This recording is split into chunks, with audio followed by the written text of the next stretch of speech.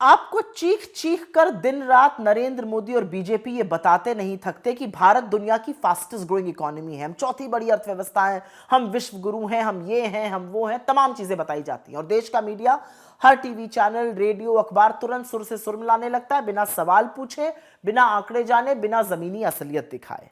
लेकिन इसी गाने बजाने और चकाचौंध के बीच देश को बनाने वाला मेहनतकश कर्मचारी, मजदूर आज रोटी और भविष्य का संकट झेल रहा है। ये लोग अब कॉर्पोरेट और सरकार के शोषण से इतने आक्रोशित हो चुके हैं कि लाठियां खाने के बावजूद सड़कों पर प्रदर्शन करने को विवश हैं। और ये कहानी सिर्फ नोएडा की नहीं है, ये कहानी गुड़गांव की है, फरीदाबाद की है, दिल्ली की है, मुंबई की है और ऐसे तमाम अधिकांश शहरों की है जहां कर्मचारी से असल में बंधुआ मजदूरी कराई जा रही है। अभी नोएडा के वीडियो सामने आ रहे हैं जहां 10,000 की सैलरी पर पिछले 10-12 साल से लोग 12-12, 13-13 घंटे काम कर रहे हैं। और कुछ ऐसा ही हाल थोड़े दिनों पहले लखनऊ से आया था, जिन तस्वीरों में देखने को मिल रहा था कि सीएम हेल्पलाइन में काम करने वाली महिलाएं ये रो रो कर बता रही थी कि 7,000 रुपए की मासिक सैलरी में उनका घर कैसे चलेगा। इससे पहले ऐसी ही बात और मुद्दा कर्मचारियों ने फरीदाबाद में और गुड़गांव में उठाया था। तो एक बात साफ है, सरकार की जो गरीब और मजदूर विरोधी नीति है, जनता उससे आजिज आ चुकी है। मतलब आप सोचिए कि एक मजदूर जो रोज 12 घंटे पसीना बहाता है, जी तोड़ मेहनत करता है, उसको महीने के अंत में क्या मिलता है?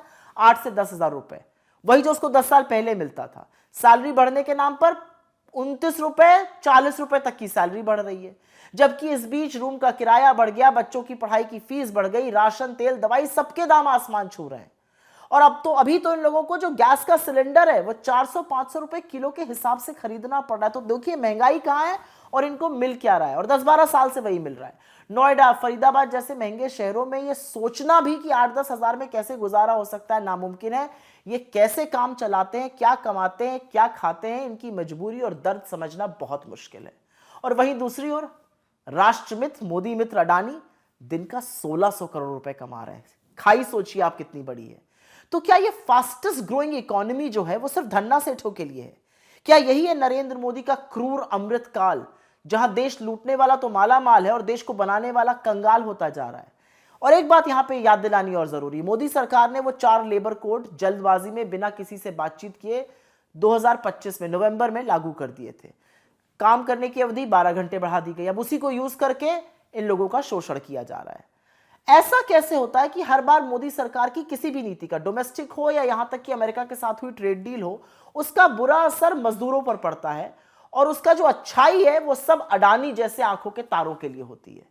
दुर्भाग्य की बात लेकिन यह है कि जनता की परेशानियों पर कोई चर्चा नहीं है। गरीब आदमी किस हालात में अपनी जिंदगी जी रहा है, इस पर ना चिंता सरकार को है और ना चरण चुंबक मीडिया के पास टाइम है इन सब बहस करने का, हिंदू मुसलमान जो करना है।